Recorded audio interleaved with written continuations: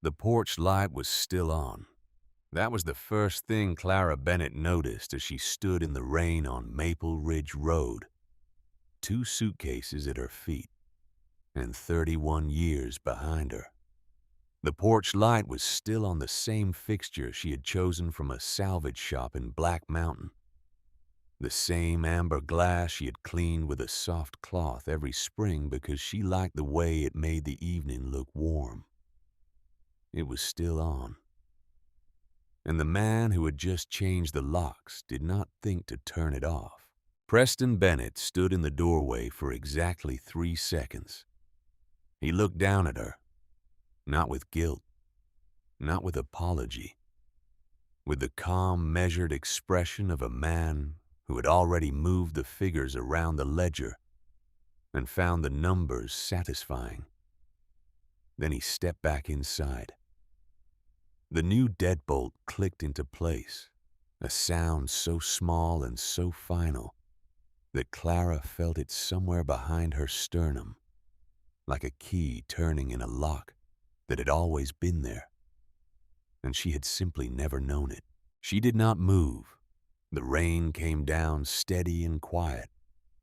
The kind of rain that does not announce itself, the kind that has simply always been there. It darkened the shoulders of her jacket.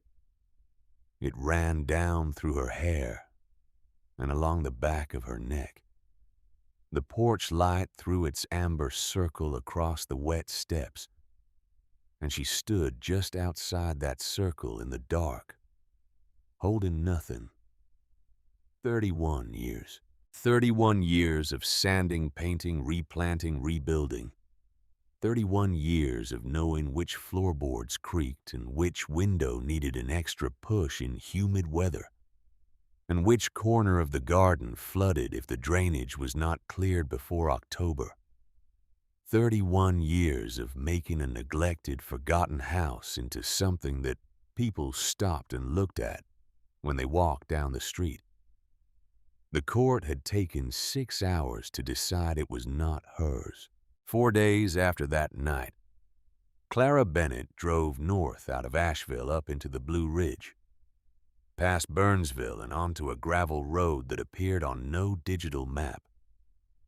She was following directions written by hand on a piece of paper by a woman who had been dead for 8 years. She was following them because that woman had never once given her bad directions. When the road ended in a small clearing and a cabin appeared between the trees, Clara understood 2 things at the same time: that her grandmother had been protecting her for far longer than she had known, and that whatever was hidden inside that place was the reason Ruth Whitfield had spent 30 years working in a courthouse and paying very close attention to how the record works. She did not know yet what was under the floor, but she was about to find out, and it was going to change everything. To understand why we have to go back to a wet Thursday afternoon in October of 1994, when Clara Webb, not yet Bennett, sat in a car on Maple Ridge Road in Asheville, North Carolina, and saw something through the rain-streaked windshield that her husband did not see. Preston did not turn off the engine. That small detail matters. He sat behind the wheel and looked at the house at the end of the street. The way a contractor looks at an estimate he already knows he is going to reject. The porch leaned slightly to the left. The white paint had given up in large curling patches. The flower beds had been surrendered to weeds so long ago that the weeds had started to look intentional. He looked at all of it and shook his head with the patient disappointment of a man who considers himself practical. Clara was already out to the car. She climbed the front steps before the realtor, a steady, no-nonsense woman named Diane Marsh, could finish her standard disclaimer about the property needing significant work. Clara touched the old brass doorknob. She looked at the shape of the upstairs windows, the proportions of the porch. the way the roofline sat against the gray sky. She was not seeing it the way a dreamer sees a house. She was seeing it the way a craftsman sees a piece of wood. Not what it was, but what it could become in the right hands. Inside, Preston cataloged problems. Water stains on the ceilings, warped trim around the door frames, a kitchen floor so dull it had forgotten it was ever anything but gray. Clara cataloged the same things and reached different conclusions. The ceiling stains suggested a roof issue that had already been repaired. The stains were old and dry. The warped trim was cosmetic. The kitchen floor was oak underneath years of neglect, and oak does not die easily. When she stepped into the kitchen, she stopped. There was a cabinet door hanging crooked on its hinge. There was a window clouded from years of weather and dust. But the light came through that window at an angle that made the whole room feel inhabited, as though the house had kept a candle burning even when no one was home. Clara stood still for what felt like a long time, but was probably 20 seconds. She placed her hand flat on the old countertop. Some places do not impress you. They recognize you. That night after Preston had said the numbers made no sense for the third time and gone to bed, Clara sat alone at the kitchen table of their small rented duplex. She spread the inspection report in front of her. Beside it were repair estimates, mortgage calculations, and the shortfall in their down payment that she had been quietly trying to solve for 2 weeks. She looked at all of it for a long time. Then she picked up the phone and called her grandmother. Ruth Whitfield had a way of listening that made you feel like you were the only thing happening in the world. She did not interrupt. She did not offer reassurance before you had finished speaking. She simply listened with full attention. And when Clara finished laying out every number and every obstacle, Ruth asked one question. When you stood in that kitchen, did it feel like yours? Clara closed her eyes. The light came back. The angle of it through the dusty window. The oak floor underneath the gray. The proportions of the room. The quiet that felt inhabited rather than empty. Yes, she said. Come by tomorrow. The next afternoon, Ruth set a cashier's check on the kitchen table and slid it across without ceremony. The amount was enough for the down payment gap. Clara stared at it and told her grandmother she could not accept it. And Ruth looked at her with the particular patience of a woman who has decided what she is going to do and is simply waiting for the conversation to catch up. You can, she said, and you will. I do not know when I can pay it back. It is not a loan. Clara looked up. Ruth's face was calm, but her eyes were clear in the way that made excuses feel wasteful. Then Ruth said something she would repeat in different forms over the years, and which would eventually prove to be the most important thing she ever told her granddaughter. This is a gift to you, not to Preston, not to the marriage, to you. Keep records of everything you contribute to that house. Love may be honest. Paperwork is not always kind. She slid a small folded note across the table. On the outside in blue ink, for the house that already knows your name. Clara almost laughed. She thought her grandmother was being overly careful, the way old women sometimes are carrying caution that belongs to an earlier and harder era. She tucked the note in her pocket and drove home. She did not understand yet that Ruth Whitfield was not being cautious. Ruth was being precise. She had spent 30 years as a clerk in Yancey County Court, filing and stamping every variety of human document. Deeds of sale, divorce decrees, contested wills, bankruptcies.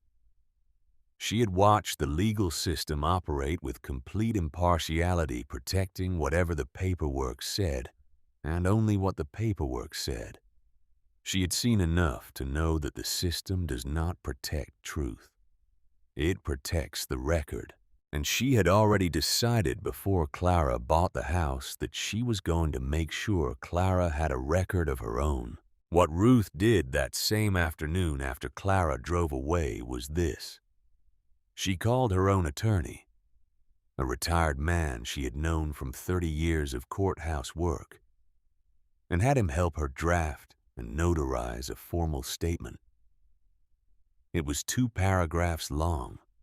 It was signed and witnessed and properly filed with the county. It said in the precise language that Ruth had spent a career learning to trust that the funds she was providing to her granddaughter, Clara Webb, were a personal family gift, intended solely for Clara's contribution toward the purchase of a specific property in Asheville, North Carolina. That this amount was separate from any marital assets, had not been provided to the marital unit, and represented the private financial contribution of Clara Webb alone. Ruth kept a copy in her wooden box at home. She gave a copy to Thomas Reed, the notary's assistant at the closing office in Marion, who would handle the Maple Ridge Road transaction the following month. She kept the original cashier's check receipt with its memo line reading "Gift to Clara Webb. Residential purchase, separate family contribution, not marital property" in the same folder alongside the notarized statement. She did all of this on the same day she gave Clara the check. Before the house was even purchased. Before there was any sign, any indication, any whisper of a reason to think she would ever need to. That was Ruth Whitfield. That was the kind of woman she was. What happened on Maple Ridge Road over the next 31 years is the kind of thing that is easy to describe in facts and impossible to fully convey in them. Clara stripped the kitchen cabinets down to bare wood and refinished them by hand. She relaid the kitchen floor with terracotta tiles she found at a salvage warehouse in Black Mountain. 300 tiles, no two exactly alike. Their variation creating a surface that looked as though it had always been there. She hired a contractor named Frank Hadley, a blunt and meticulous man from Black Mountain who had been laying floors and building trim since before Clara was born. And he looked at her hand-drawn design and nodded the way experienced craftsmen nod when they see someone who actually knows what they want. She replumbed the drainage in the back garden. She rebuilt the front porch. Every board measured, every joist checked, every piece of hardware chosen for durability rather than appearance. She rescued the dogwood tree in the side yard when the roots began to show signs of rot, reading about treatment and doing the work herself on a Saturday in November, when the temperature dropped unexpectedly, and she worked in her coat with her breath visible in the cold air. She kept every receipt. She logged every expense in a notebook with the date and the vendor and the nature of the work, because her grandmother had told her to, and because it turned out that part of her had understood the warning, even when the rest of her dismissed it. Every few months she would mention a project to Ruth on the phone: the new drainage system in the back garden, the rebuilt chimney flashing the kitchen window she had finally sourced the correct replacement glass for, and Ruth would ask questions. Careful, specific questions, and sometimes ask to see the receipts when Clara came to visit. Clara thought her grandmother was simply interested. Ruth was doing something more deliberate than that. She was filing. She was building. She was adding piece by piece to the record she had started on the day the house was purchased. In those early years, Preston praised Clara openly. He stood in doorways and said she had a rare eye. He invited people over and watched them pause in the entryway and look around with the particular expression of someone trying to identify what makes a space feel alive, and he accepted their admiration with modest grace. He was not lying in those moments. He genuinely appreciated what Clara created. That was how it began, not with malice exactly, but with a man who discovered that someone else's talent was very useful to him, and who began slowly and without ever making a formal decision to treat it as his own. The first time Clara noticed it, she was in the middle of answering a dinner guest's question about the color she had chosen for the dining room walls. She was explaining how she had tested 4 samples and watched the way the light changed each of them throughout the day before deciding. She was about 3 sentences into the answer when Preston stepped in. "We spent a long time getting that right," he said. "You know how it is with these older homes. Everything has to be considered carefully."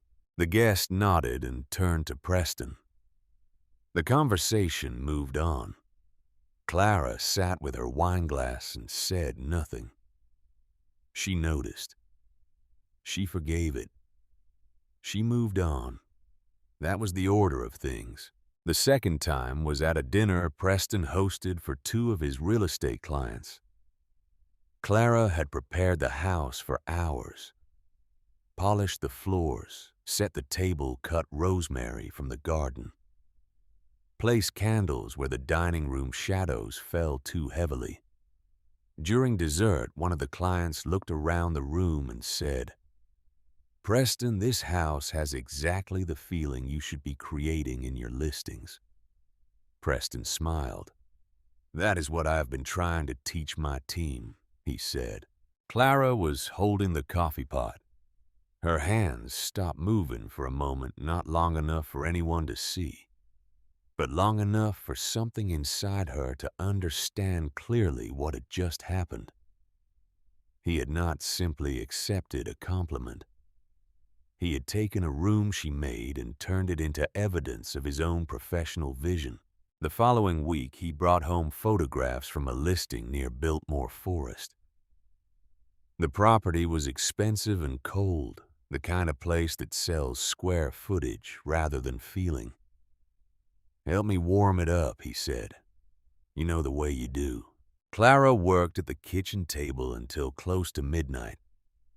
She restructured the brochure, changed the language, softened the photography selections, built a story around the house that allowed potential buyers to imagine themselves actually living in it rather than simply measuring rooms. Preston presented it to the client Monday morning. By Friday, he had a signed agreement. The following month, his website carried a new line, "Creative Property Positioning" by Preston Bennett. Clara found it by accident while looking for his office phone number. She read it twice. She could feel the specific shape of every word she had written, still living inside that phrase. Her work was there. Her name was not. Preston came into the room while she was still looking at the screen. He glanced at the laptop, kissed the top of her head, and said, "Looks professional, does it not?" She wanted to say, "That was mine." Instead, she said, "It looks good." That sentence became a door she closed on herself, and she would close it again and again over the years that followed. Listing copy, design boards, client packets, open house layouts, thank you notes written in Preston's voice, only warmer. She told herself it was partnership, but partnership leaves fingerprints on both sides. This arrangement only left his. Ruth Whitfield came to visit in the late spring of a year when the kitchen table was covered with Preston's client materials, and Clara had been sitting there since morning trimming photographs and arranging samples into neat rows. Ruth stood in the kitchen doorway for a moment looking at the work spread across the table before she looked at Clara. "Is your name on any of this?" Clara kept her eyes on the scissors. "It is for his business." "That was not what I asked." Before Clara could answer, Preston walked in. He was on his phone. He kissed Clara's cheek without looking at the table, then caught Ruth's eye and smiled with the easy warmth he deployed in all professional contexts. "Keeping her busy," he said. "She likes having something useful to do." The word useful landed softly. That was what made it worse. A sharp word you can push back against. A soft one settles into the floor and stays there. Ruth did not argue. She watched Preston leave the room still talking, still carrying his importance around like a briefcase. And after the front door closed, she reached into her purse without a word. She took out an old iron key tied with a loop of blue thread. She placed it in Clara's palm and folded Clara's fingers over it. "There is a cabin past Burnsville," she said. "My name is on the deed. It has nothing to do with your marriage, nothing to do with your joint property. No one, not Preston, not his attorney, will find it by looking through his records." Clara looked down at the key. It was heavier than it looked. "Grandma, why are you giving me this now?" Ruth's expression did not change. "Because a woman should have at least one door in this world that no one else controls." Clara almost smiled. She wanted to say that Preston would never do anything that required her to have a secret door. But the client packet on the table carried no trace of her name. And for the first time, the key did not feel dramatic. It felt like a reasonable precaution from a woman who had watched the legal system operate for 3 decades and drawn her conclusions without sentiment. Ruth was 68 years old when she gave Clara that key. She had known from the afternoon Clara called her about the house that the situation might one day require more than goodwill and good intentions, and the honest work of capable hands. She had spent the years since preparing for that possibility with the methodical patience of a woman who has seen exactly how these situations develop and exactly what is needed to stop them. Every receipt Clara had ever mentioned in a phone call, Ruth had asked to see and had quietly copied. Every photograph she had taken of Clara working in the house she had kept and annotated with the date and the nature of the work. She had continued to add to the folder year by year quietly without ever suggesting she was doing anything other than staying interested in her granddaughter's life. She had been building a case for 3 decades, and she had placed everything she built in a tin box in a cabin that Preston Bennett did not know existed. And 3 months before she died, she told Clara exactly where to look. That conversation happened in August of 2017. Clara drove up to Burnsville because Ruth had not sounded well on the phone, and when she arrived, Ruth was sitting near the window with a blanket over her knees, thinner than she had been the previous winter, but watching the world outside with the same quality of attention she had always brought to it, the kind of attention that does not come from having nothing left to notice, but from having decided long ago what matters and made your peace with the rest. They talked about ordinary things for a while. The garden, a dry summer, a listing Preston was proud of that had stayed on the market longer than he expected. Ruth listened and let Clara talk. And then, with the directness that had always been her most reliable quality, she asked, "Has he been putting paperwork in front of you lately?" Clara went still. "For the house? For his business?" "Just routine things." Ruth reached into the wooden box beside her chair. She removed a small envelope tied with blue thread. She placed it in Clara's hands. "The cabin key is still yours," she said. But a key may not be enough. Under the kitchen table, third board from the left. It is loose. Leave it loose. What is under it? Something Preston cannot explain away. Clara drove home that afternoon holding the envelope and telling herself that her grandmother was simply being careful, in the way that very old people sometimes become careful holding on tightly to things, wanting to account for every possibility. She put the envelope in her cedar chest. She did not open it. 3 months later, Ruth Whitfield died quietly at 91 years old, in the same house she had lived in since before Clara's mother was born. She left behind a small estate, a reputation for precision that everyone who had worked with her at the county court still mentioned years later, and a tin box under a floorboard in a cabin near Burnsville waiting in the dark for the day it would finally be needed. That day came on a Monday morning in April of 2025. Clara was outside pruning the hydrangeas along the south fence. Her gloves were damp from the morning dew. Her knees ached in the way that knees ache when you have been kneeling on the ground for the better part of an hour. And you are 59 years old. And you are doing it because you genuinely cannot imagine leaving the garden untended, even though some part of you has known for weeks that something is coming. The mail carrier handed her the certified envelope and looked away too quickly. That is a small thing, but it matters. There is a specific way that people look away when they are delivering news they know is bad.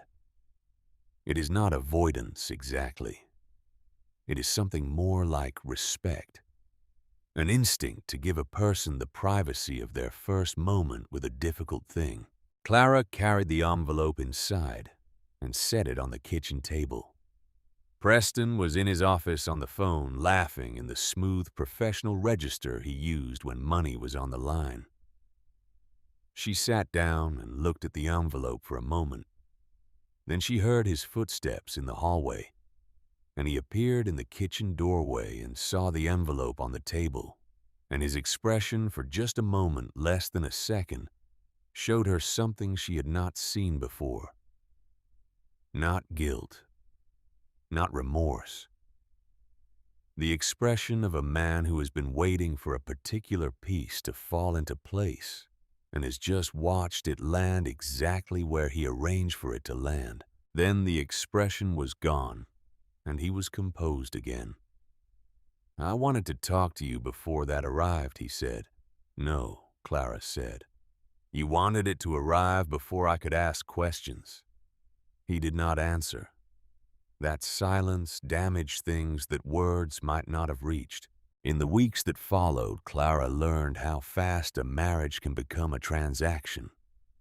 The house became an asset. The 31 years became a column of account names, payment records, and legal phrases that had been crafted to sound neutral and functioned as instruments of dispossession. Her attorney, a careful, clear-eyed woman named Lorraine Cole, who worked from a narrow office near downtown Asheville and had the quality of never making the truth sound softer than it was, spread Preston's documents across her desk one afternoon and read through them with an expression that Clara recognized as the controlled version of something more serious. "Some of these signatures gave him more control than you realized," Lorraine said. "The house?" Lorraine nodded slowly. The refinancing in 1998 strengthened his position in the asset structure. The equity adjustment in 2003 made it more explicit.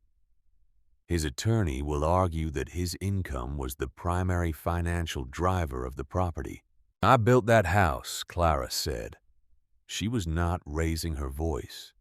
She did not need to. "I do not mean it loosely. I stripped the walls. I sanded the floors. I paid for materials out of my personal account. I helped his business grow so that he could keep paying the mortgage while I was creating everything that made the property worth what it is worth. I believe you, Lorraine said. Then she looked back at the file, and Clara understood. Belief was not evidence. Belief did not enter the courtroom. What entered the courtroom was paper, and the paper said what Preston had spent years arranging for it to say. The hearing took place on a gray morning in Buncombe County. Preston wore a navy suit. Clara wore a black dress she had bought years ago for a funeral, and had never imagined she would wear to watch her own life divided into categories by strangers in a fluorescent room. Marcus Elroy Preston's attorney, a man with the particular confidence of someone who has never lost a case he considered important, spoke first. The language he used was clean and efficient. Primary income, documented payment history, established asset structure, equitable settlement terms. Each phrase moved the needle, and the needle pointed away from Clara. Lorraine presented what she had. Clara's labor, the renovation timeline, the role Clara had played in building Preston's business, the assessments of the property's increase in value over the years of Clara's care. It was all real. It was all true. But the courtroom kept returning to the same questions again and again, like water finding the path of least resistance. Who signed, who paid, whose name appears in the filing? Clara sat at the table and thought about the porch she had rebuilt board by board, about the night she slept on the dining room floor because the wood stain needed one more coat before morning, and she did not want to risk tracking footprints across it, about the dogwood tree she had saved in November with cold hands, and a treatment she had read about in a book she ordered specifically for that purpose. None of it had a line on any legal form. None of it had been witnessed by anyone whose name carried weight in a courtroom.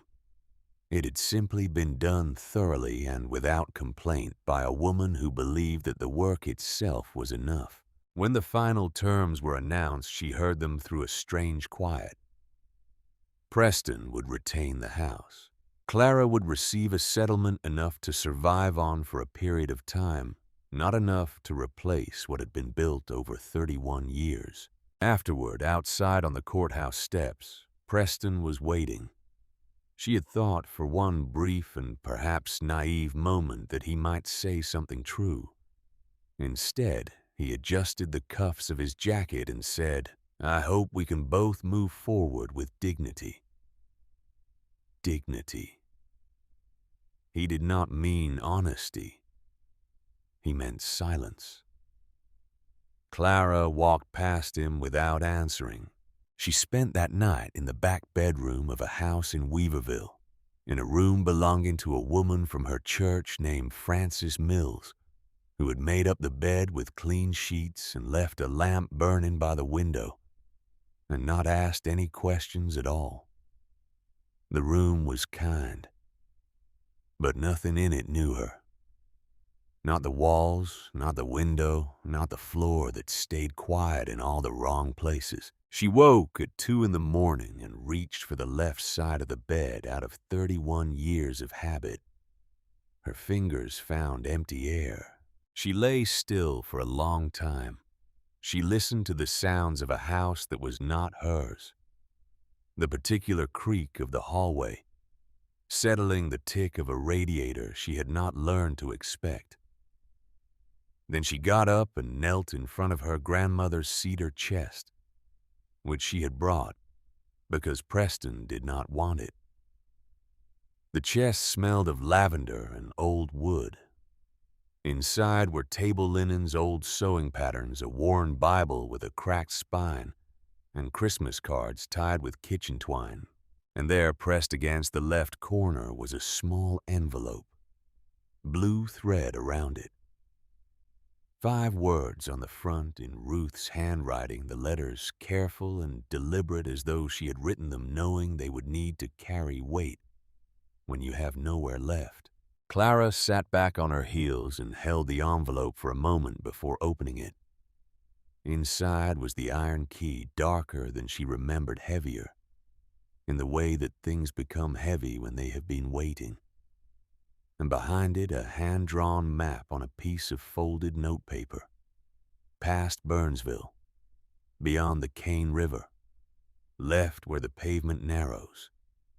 3rd gravel road after the old white church. At the bottom of the page, one line in her grandmother's hand. Go before you start believing their version of you. Clara read it once. She read it again. Outside, a truck passed on the wet road and faded into the dark. For the first time since the courthouse, something moved beneath the grief.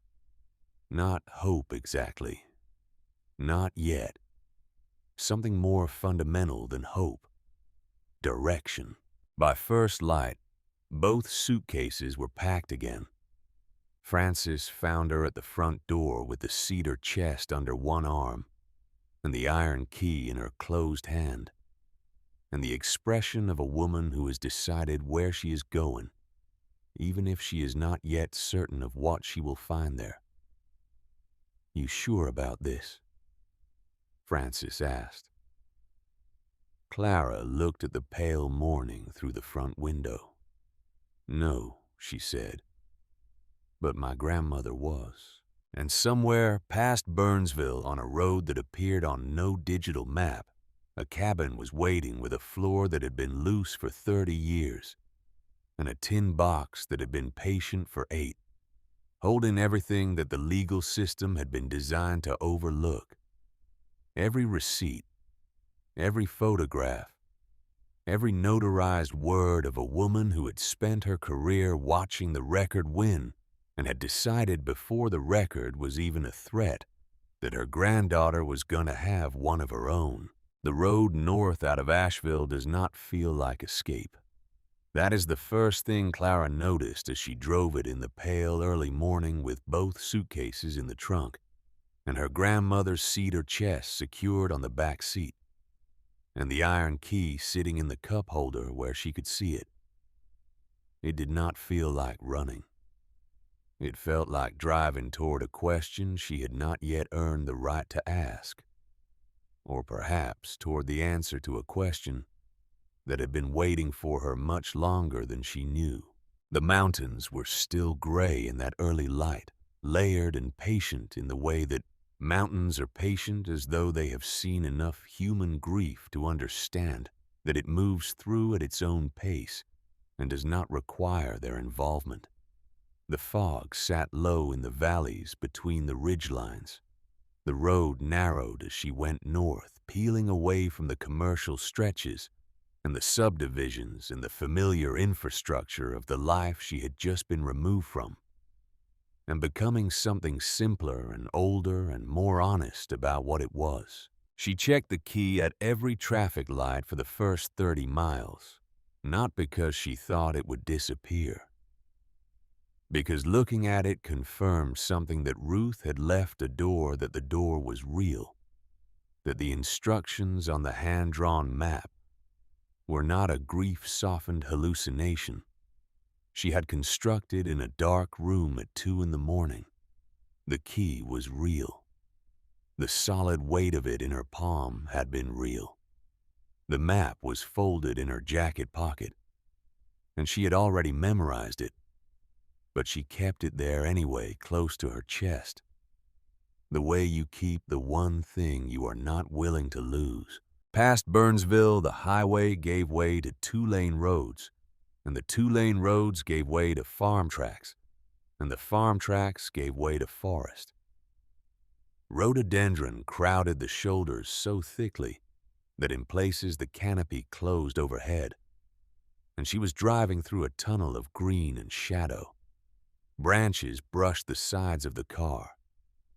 The cell signal dropped away somewhere around the last gas station and did not return.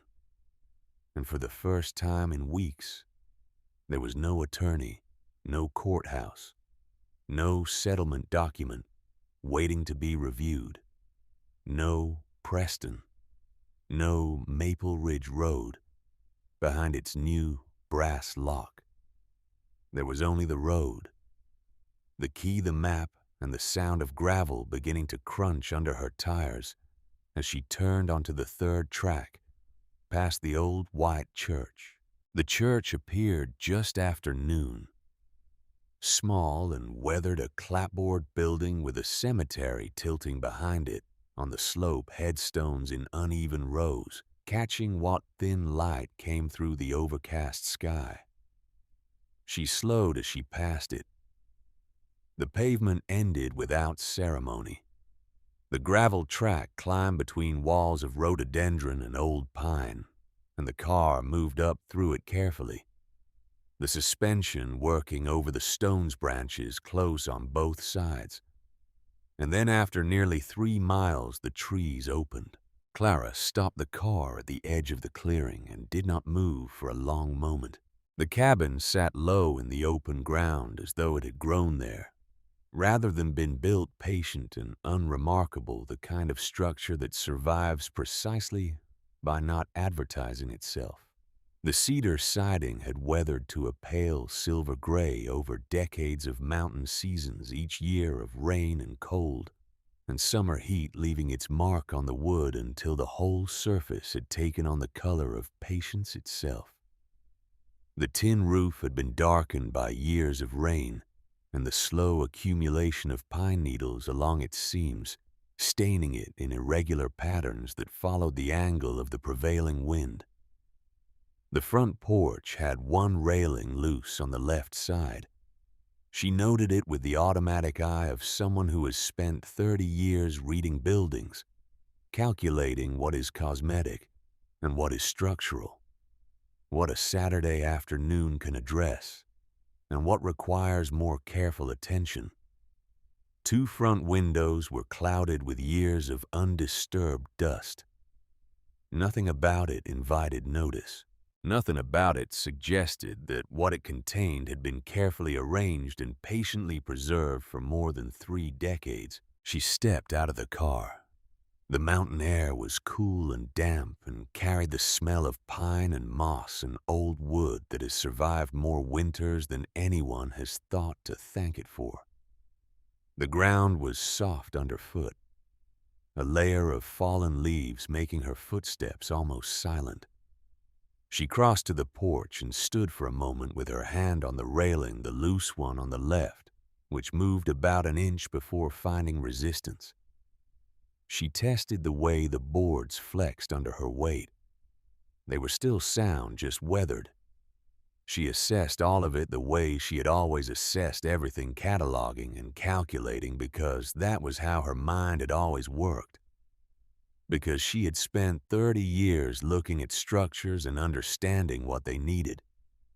Because that particular skill does not stop operating just because a court has told you that it belongs to someone else. The lock was old iron and it resisted when she put the key in. She turned harder.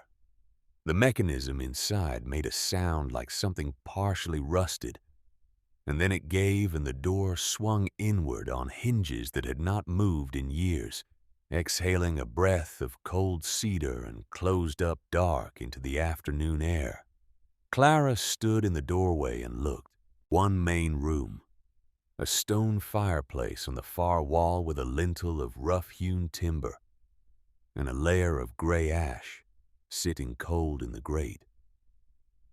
A narrow bed against the wall beneath the east window, a wool blanket folded at its foot, a rocking chair positioned near the south window to catch the light, shelves along one wall holding mason jars, short candles, pieces of folded cloth, and there, centered under the south-facing window, positioned to receive what afternoon light came through the clouded glass, Ruth Whitfield's kitchen table, plain wood, A surface crossed with small scars from years of genuine use knife marks near one corner. A pale ring from an old cup. A crescent-shaped burn near the edge that Clara did not remember and could not place some story the table had absorbed that she would never fully know. 2 chairs waited on either side of it, solid and unhurried. Clara stepped inside and pulled the door closed behind her. The cabin smelled of cedar and cold ash, and something faintly sweet. Beneath both of those, lavender possibly, or the particular quality of air that has been held quietly inside old wood for a very long time. She stood still and let the silence settle around her. It was a different quality of silence than she had known in the weeks since the hearing. That silence had been the silence of interruption, of absence of a life suddenly and forcibly halted. This was the silence of a place that had never learned to be noisy, a silence that had been there before she arrived, and would be there long after she left, patient and complete. She walked the perimeter of the room slowly. She ran her hand along the shelves across the curved back of the rocking chair over the footboard of the narrow bed. She came to the table and stood beside it, and looked at the scars in the surface for a long time, the evidence of a life lived at this particular piece of wood. Then she sat down in one of the chairs and let the stillness settle into her the way warmth settles into a cold room, gradually from the edges inward, filling the spaces that had been empty. For a few minutes she thought this was the whole of what Ruth had sent her here for. A place to breathe. A place where the walls had never learned Preston's name. A place where no one needed her to be composed or grateful or reasonable. She sat in the chair and let herself be completely still, and it was almost enough. Then her eyes dropped to the floor beneath the table. The floorboards ran unevenly across the room. The natural irregularity of construction, done by handboards laid and settling over decades into their own particular arrangement. Most of them were tied against each other, fitting the way things fit when they have had sufficient time to find their position. One was not. Third from the left under the table, just as Ruth had said in a room in Burnsville that had smelled of peppermint tea and old books years ago, in what had felt at the time like an overabundance of caution. Third board from the left. It is loose. Leave it loose. The cabin seemed to hold its breath. Clara lowered herself from the chair to the floor. Her knees pressed into the dust. She could feel the grain of the boards through the fabric of her jeans. She reached under the table and found the edge of the third board and pressed it slightly, testing, and it moved. It tilted up on one end with the ease of something that had been designed to be opened, not something that had simply worked loose through settling or age. She lifted it. The space beneath was shallow, perhaps 4 inches deep, carefully lined with old newspaper. The date on the nearest page was October 1989, and resting in that space, wrapped in a piece of oilcloth that had been folded and tucked with the precision of someone who expected it to remain there for a long time, a tin box. Clara reached in and lifted it out slowly. It was lighter than she expected and heavier than it looked. The specific contradiction that belongs to things carrying heavy meaning in a small container. She set it on the floor beside her and looked at it for a moment. Then she took the iron key from her pocket, the same key that had opened the cabin door, and tried it in the lock on instinct. The lock turned. The box opened with a sound she felt more than heard. A small click, a small release, and then the world went very still. Not the dust in the thin light. Not the light itself coming through the south window. Not Clara. She looked at what Ruth Whitfield had placed in this box and carried to this cabin and hidden under this floor and spent years keeping safe. No jewelry, no cash, no bundle of sentiment tied with ribbon. A blue folder faded at the corners and soft along the edges from age, tied with a length of white string.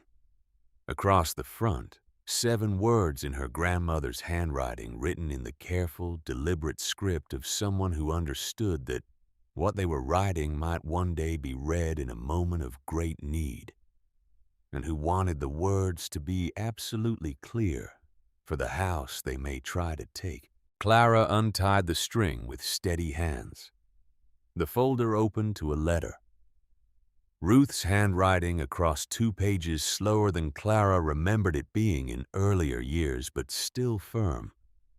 Still controlled the hand of a woman who is setting down something she has thought about for a long time, and is now committing to paper in exactly the order she intends. My Clara, if you are reading this, someone has made you feel that the life you built can be taken from you, because your name was not placed where it should have been. I could not make you see Preston clearly before you were ready. A woman has to arrive at that understanding in her own time. And I knew better than to try to rush yours. But I could keep records. I could keep proof. I could make sure that when memory was not enough, and I knew from 30 years in that courthouse that memory is often not enough, there would be something else. Something with a date on it. Something with a signature that means more than mine alone. Clara set the letter down on the floor beside her. She kept her breathing steady. She kept going. The first document was a copy of the cashier's check from November 1994. The memo line was printed with complete clarity. Gift to Clara Webb Residential Purchase. Separate family contribution. Not marital property. Below the memo line was the bank's processing stamp, the date of the transaction, and the account number. Clara read it twice, then a third time slowly, as though she needed to be certain the words would stay. For months, Preston's version of the house had sounded official, had carried the particular weight that legal language carries when it is the only language in the room. Now Ruth's version had a bank stamp that was 31 years old. And bank stamps do not adjust their meaning based on how convincing an attorney happens to be. Behind the check were transfer records, copies of old deposit slips, a receipt from the closing attorney's office recording the transaction, and then something more, a notarized statement properly signed and witnessed. Dated November 14th, 1994. Clara read the first paragraph, slowly parsing each word. The funds provided to my granddaughter Clara Webb, subsequently Clara Bennett, are a personal family gift intended solely for her contribution toward the purchase and protection of the property on Maple Ridge Road in Asheville, North Carolina. This amount is separate from marital assets and was not provided to the marital unit. It is the private contribution of Clara Webb alone. The room blurred at the edges. Clara placed her right palm flat on the floor. She needed the solidity of something that did not move beneath her. She kept reading. Behind the notarized statement were the receipts. Terracotta tile vendor in Black Mountain paid in full purchaser name Clara Bennett. Structural lumber for porch reconstruction. Purchaser Clara Bennett. Paint and primer 3 separate purchases spanning 2 years Clara Bennett. Garden drainage installation, hardware and materials Clara Bennett. And alongside the receipts, she had not previously seen notes in Ruth's handwriting on small index cards, clipped carefully to each one, paid from Clara's personal account. Kitchen restoration, 1995, or front porch materials, 2001, selected and purchased by Clara, or dogwood treatment, November 1996, Clara's initiative and expense, each card precise, each card dated, each card adding another line to the record that Ruth had been quietly constructing for decades. Ruth had been collecting all of this. Every time Clara mentioned a project in a phone call, every time she sent a photograph of something she had finished or begun. Ruth had been filing it, noting it, dating it, preserving it, without ever suggesting that she was doing anything more than being genuinely interested in her granddaughter's house. She had been building a record for 3 decades, and she had done it so quietly and so naturally that Clara had never once recognized it for what it was. Then the photographs, Clara in old jeans beside a stack of reclaimed floorboards. Her face turned slightly away from the camera, focused on something off-frame with the complete absorption of someone doing work they know how to do. Clara in the kitchen during the first year, hair tied back, paint on her left wrist. The cabinets behind her, frameless and doorless because she had not yet finished them. Clara kneeling in the back garden with mud on her knees and a drainage pipe in her hands. Clara on the porch with a handsaw measuring a board against the one beside it, with the automatic confidence of someone who has learned to trust her own eye. And in several of the photographs standing slightly back out of the way, not drawing attention to herself. Ruth herself. Not posing, not performing the role of the interested grandmother. Simply present, witnessing. Her expression in each photograph was identical, the focused, quiet regard of someone who understands that they are watching something worth recording and has made the deliberate decision to be there when it happens. On the back of the photograph that showed Clara standing in the unfinished kitchen paint on her left wrist, the windows behind her letting in the light she had always loved about that room. The cabinets bare in the background, Ruth had written in pencil, March 17th, 1995, the day she started making the house live again. Clara pressed that photograph flat against the floor with both hands. And then she did not hold it together anymore. Not loudly. Not in the way that grief sometimes announces itself. Her shoulders came forward and her breath caught and fractured. And the grief she had been carrying so carefully since the courthouse. The grief she had organized into practicality and logistics, and the correct legal responses, and the appropriate professional demeanor, slipped out of her hands entirely. She cried because Ruth had believed her, before there was ever a case to believe in. She cried because somebody had known years and years before the end that the record would be what mattered, and had spent those years building it with the same patient thoroughness that Clara had always brought to every room in that house. She cried because she was 59 years old, and the floor she was kneeling on was not hers, and the house she had come from was no longer hers, and she was starting from a clearing in the mountains with nothing but the truth and the paper. Her grandmother had spent 30 years building around it, and then she reached the last page in the folder and stopped crying. It was a list, 20 names written in 2 columns, precise and clear. Phone numbers beside each one. Addresses: Frank Hadley, Black Mountain; Thomas Reed, Marion; Helen Carver, Weaverville; Several contractors whose names she recognized from different years of work on the house. A former neighbor from Maple Ridge Road. A retired bookkeeper who had worked for years in Preston's office. A woman who had processed the paperwork at the closing in 1994. At the top of the page, Ruth had written 4 words in her steadiest hand. People who saw.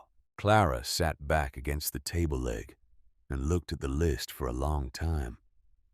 She had come into the cabin thinking she was looking for a place to breathe. She had found something else entirely. Something she had not known to look for, because she had not known it existed. The cashier's check proved money. The notarized statement proved intent. The receipts proved labor. The photographs proved presence.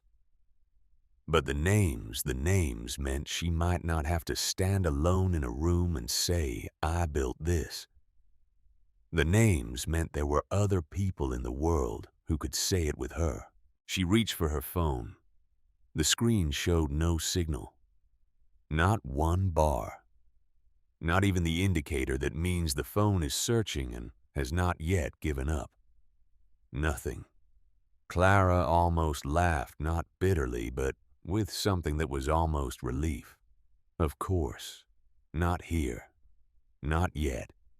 Ruth had chosen this location with care, and one of the things she had chosen carefully was its distance from everything that had been trying to reach Clara for the past several weeks. So she gathered every page with both hands and placed them back in the blue folder. In the order she had found them, handling each one carefully, the way you handle something that has waited a long time and deserves to be treated with the respect that waiting earns. She tied the white string. She closed the tin box. She sat on the floor of her grandmother's cabin with the folder pressed against her chest and understood something she had not been able to articulate since the hearing. Ruth Whitfield had not built a hiding place. She had built a waiting room for the truth. Clara was up before dawn. She loaded both suitcases back into the car, locked the cabin behind her, leaving everything exactly as she had found it. The table, the chairs, the loose board replaced carefully over the tin box. The oilcloth rewrapped and drove down the gravel track toward the main road, watching ahead for the point where the cell signal would return. 2 bars appeared in the gravel parking area of the old white church. She pulled in and sat for a moment looking at Lorraine Cole's name on the screen. Then she called. Lorraine answered on the 4th ring. Her voice carried the particular alertness of an attorney receiving an unexpected call from a client. Careful attention, no surprise shown. "I found something," Clara said. "What kind of something?" "The kind that changes the conversation." She read out the details methodically in the order she had encountered them in the folder. The cashier's check with the memo line. The notarized statement from November 14th, 1994. The receipts bearing her name across 3 decades of work. The photographs with Ruth's handwritten captions and dates. The list of 20 names with contact information. When she finished, there was a silence on the other end that was different from the silences Lorraine usually allowed herself, less controlled, more genuinely surprised. "Read me the date on the notarized statement again," Lorraine said. Clara read it. "And the check was issued in your name only. Not Preston's name, not both names together. Only mine. Not to a joint account or a household account. To me personally. With the memo Ruth wrote herself." Another silence, shorter. "Clara," Lorraine said, finally measuring each word as she said it, "this does not hand you back the house today. The decree has been issued and reopening it requires a formal process." But what you have described changes the legal landscape significantly. A properly executed notarized statement from 1994, identifying the contribution as separate property combined with dated payment records, bearing your name and a list of potential witnesses. Marcus Elroy will not want these questions asked in any formal setting. So what do we do with it? Lorraine's voice moved into the register. Clara had learned to recognize as her working mode: efficient, precise, no words spent on anything that did not directly advance the situation. Do not contact Preston. Do not send him any message of any kind. Do not speak to anyone connected to Maple Ridge Road. Photograph every single page of that folder right now. Before you do anything else, find a copy shop and make physical duplicates of everything. Keep the originals on your person until I have copies secured on my end. She paused for exactly one beat. And Clara, that folder does not leave your hands. Not for any reason whatsoever. Not until I tell you otherwise. There was a copy shop in Burnsville, small and plain and reliable. The kind of establishment that has served the same community for 30 years with the same machines and the same quiet competence. A young woman named Wren worked the counter, short hair, round glasses. The precise and careful manner of someone who handles other people's documents all day and understands without needing to be told that the papers in front of her sometimes matter in ways that are entirely invisible from the outside. She fed each page through the scanner without comment or question. The scan light moved across Ruth's letter, over the cashier's check, over the notarized statement with its formal language and its witness signatures. Then it moved across the photograph of Clara standing in the unfinished kitchen. In the spring of 1995, paint on her left wrist. The cabinets bare behind her, the light coming through the window that she had refused to replace because she had always loved the angle of it. Wren paused. "Is that you?" she asked. "Yes," Clara said. "You look happy." Clara looked at the photograph in Wren's hand. She had spent the weeks since the hearing thinking almost exclusively about what she had lost. She had spent 31 years before that thinking almost exclusively about the work. She could not remember the last time she had thought about whether she had been happy while she was doing it, but she had been. She could see it plainly in the photograph. Not the performed happiness of someone maintaining an appearance, but the unguarded happiness of someone doing exactly the thing they were built to do, in a place that had recognized them from the first afternoon. She did not have an answer for Wren, but the question stayed with her as she drove back up the mountain. Back at the cabin that afternoon, she spread the copies across Ruth's kitchen table and opened a fresh notebook. For the first time in years, in more years than she could easily count, the columns she was setting up in that notebook were not for Preston's business. They were for her name, her case. What each person on the list might have seen and what records they might still have in a box or a file or a drawer somewhere. The first call went to Frank Hadley. He answered on the third ring with the economy of a man who has never understood why telephone pleasantries exist. Clara gave her name. A brief silence. She mentioned Maple Ridge Road and the terracotta kitchen floor and the porch reconstruction and the dogwood tree in the side yard. A longer silence, and then something shifted in the quality of his attention. "Oh," he said, "you are the one who knew the measurements." Clara's pen stopped moving on the page. "Your husband talk more." Frank said in the straightforward way of a man who has spent his life making assessments and sees no reason to soften them. But you were the one who knew the house. He paused briefly. The pause of someone deciding whether to say the thing they have been thinking. Then he said it. Last job I did there, he asked me to put the final invoice under his name. Said it kept things cleaner. I had already written it up in yours. He asked me to do a second copy. Clara wrote one word in her notebook. Clean.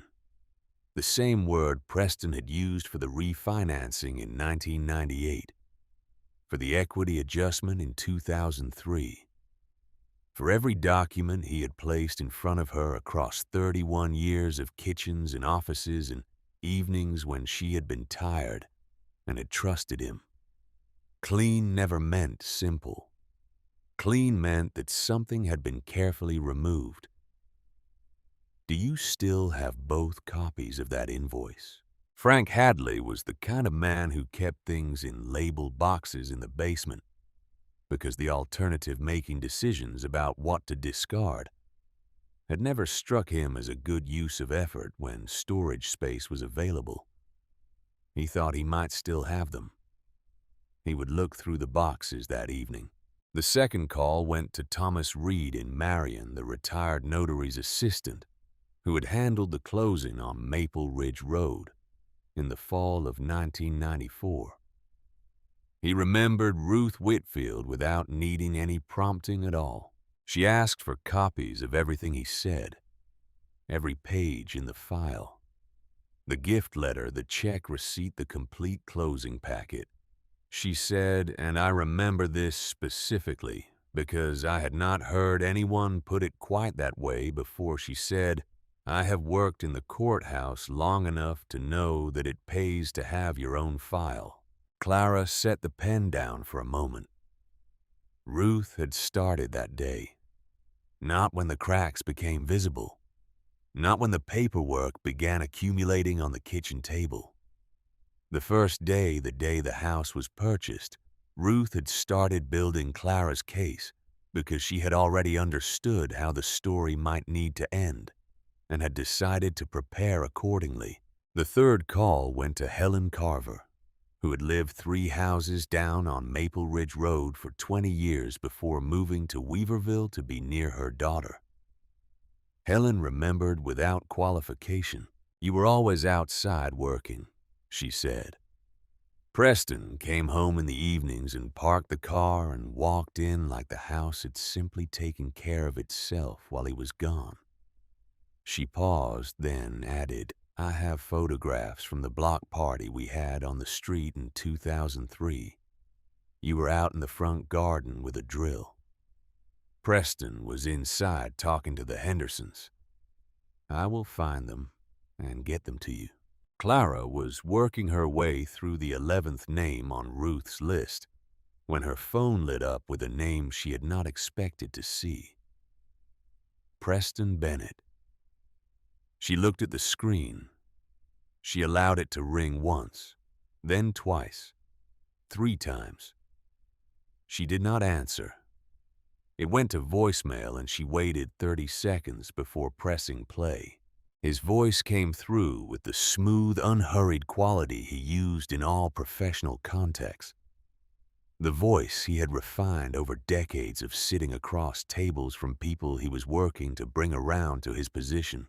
Clara, he said, I understand you have been contacting people about Maple Ridge Road. I am not sure what you are hoping to find. The settlement has been finalized. I would hate to see you spend what little you have left pursuing something that is not going to change the outcome. He let a brief pause land exactly where he intended it to land. I'm saying this because I care about what happens to you. Be careful. The message ended. Clara sat at her grandmother's table in the mountain quiet and held the phone in her hand and thought about a single specific problem with complete attention. Lorraine had not yet contacted Marcus Elroy's office. The calls to Frank Hadley and Thomas Reed and Helen Carver had been careful and limited, asking only about records, making no accusations. None of them had any reason to contact Preston. Someone else had. She called Lorraine immediately. Lorraine listened to the voicemail twice without speaking. Then she said, "Save it. Do not delete it under any circumstances. Do not respond to it in any way. Does it help our position? A man who genuinely feels secure does not leave a warning this early. He is reacting because he is worried. And he is worried because he knows better than anyone that his own record is not as clean as he presented it to the court." She let that land for a moment. Keep calling down the list.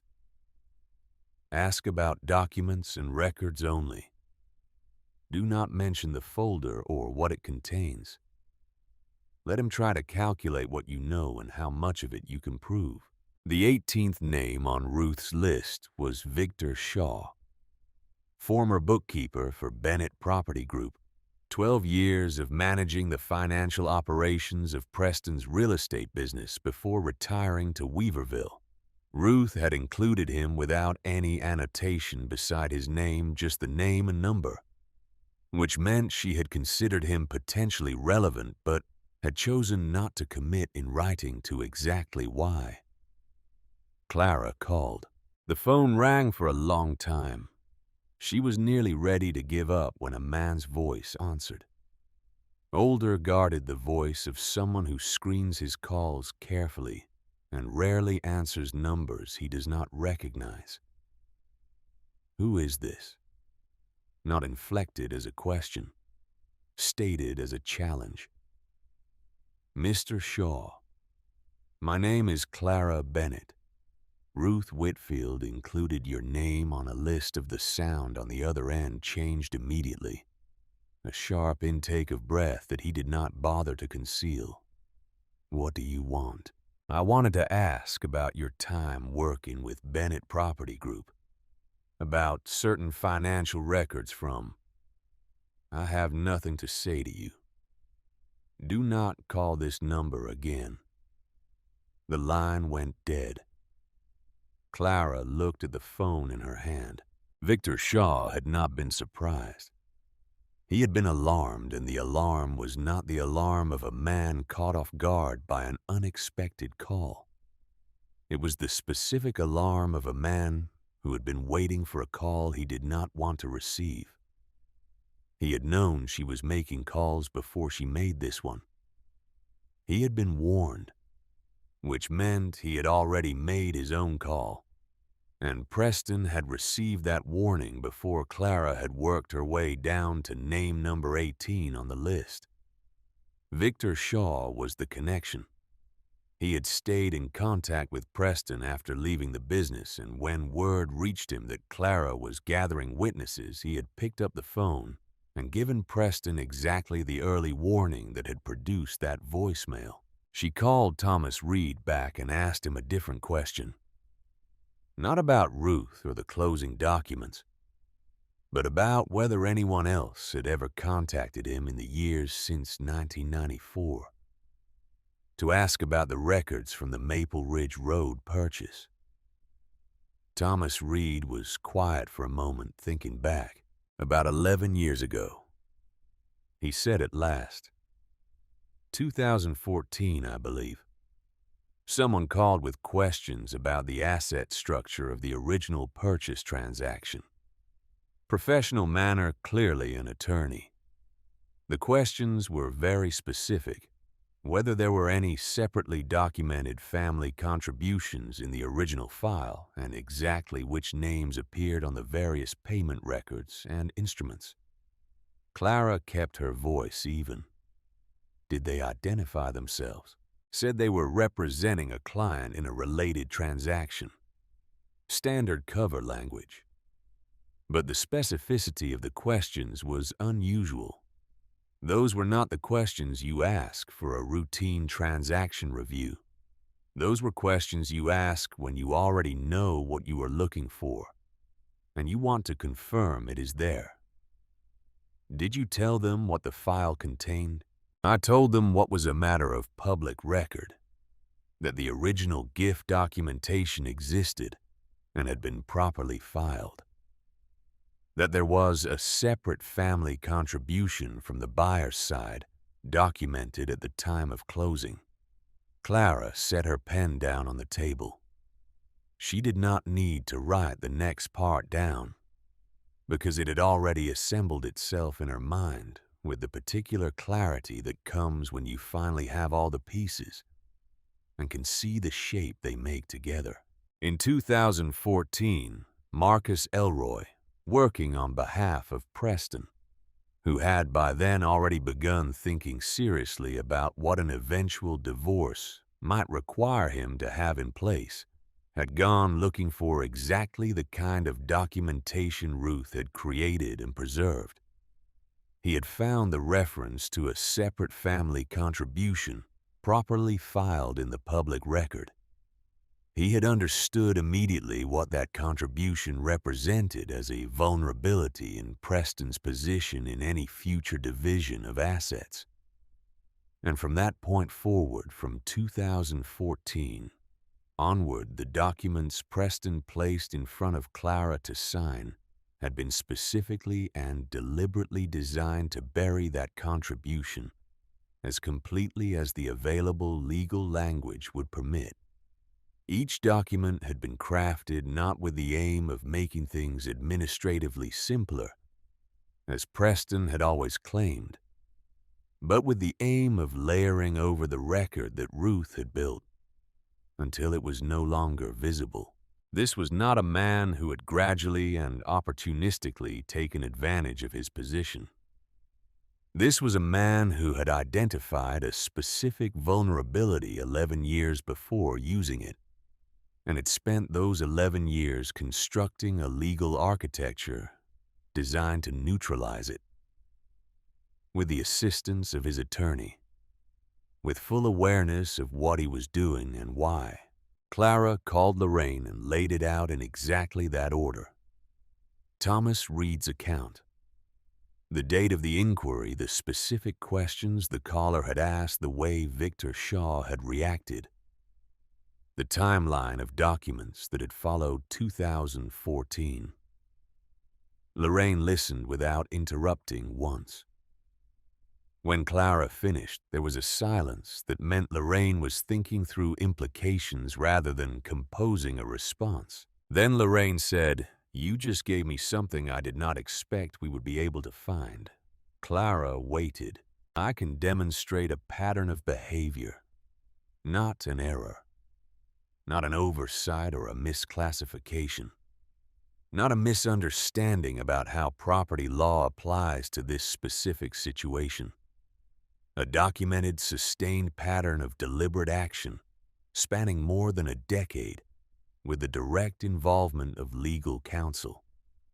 That is fundamentally different from anything we presented at the original hearing. It opens different remedies and it creates a different kind of pressure." It was nearly dark outside when the headlights appeared. Clara was at the table transferring Preston's voicemail into her notebook, word by word, working slowly and carefully, because she wanted the record to be exact when the light moved across the cabin wall in an arc that meant a vehicle was coming up the gravel road. She went still. Through the dusty south window, she watched a vehicle climb toward the clearing at a speed that was too deliberate for someone who was lost, and too slow for someone with legitimate business to conduct. The headlights stopped at the edge of the tree line. A black SUV, Preston's. Clara stood up from the table and did not touch the light switch. She moved to the side of the south window where she could see the clearing without being visible from it. Preston stepped out of the vehicle and stood at the edge of the open ground and looked at the cabin. He did not call out her name. He did not walk toward the porch. He simply stood in the near dark and examined the building with the expression she had seen him use on properties he was considering acquiring, not the expression of someone facing an emotional situation, but the calculating expression of someone assessing the dimensions of a problem and determining how much of an obstacle it represents. Behind her on the table, the blue folder was open. The notebook lay beside it, with the voicemail transcription half completed. Preston's voicemail had been forwarded to Lorraine's secure email hours earlier. Every page of the folder had been photographed and transmitted before that. He did not know any of it. He had come to measure the threat, to see whether the woman who had built his house and populated his business and signed his documents was sitting alone in the mountains in genuine possession of something dangerous, or whether she was simply grieving and grasping and would eventually exhaust herself and go quiet. The dark cabin and the single car in the clearing gave him one kind of answer, not the complete one. After almost exactly a minute, he got back into the SUV. The door closed. The engine started. The headlights swept back across the cabin wall as he turned, and then they disappeared into the trees, and the sound of the engine faded down the gravel track, and the clearing settled back into its nighttime quiet. The only sounds that remained were the creak behind the cabin and the light movement of air through the pine branches at the edge of the clearing. Clara exhaled. He had not come to apologize or to negotiate or to acknowledge anything. He had come to assess the risk she represented, and the quiet cabin and the silent mountainside had perhaps given him a degree of reassurance he had not fully earned. By tomorrow, he would have had time to reconsider.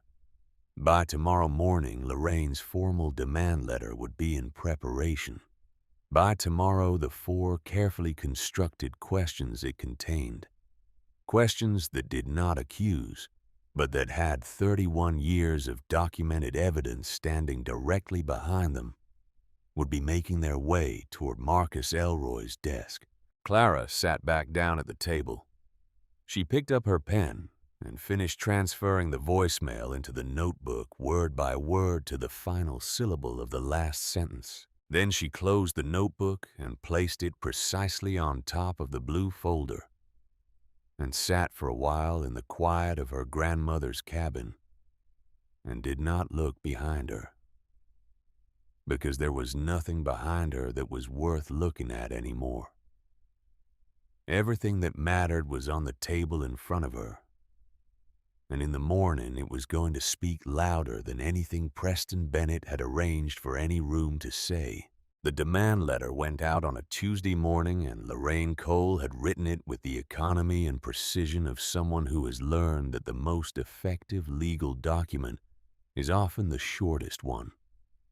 The one that says exactly what it needs to say and trusts the facts to do the work that rhetoric cannot. It was not an accusation.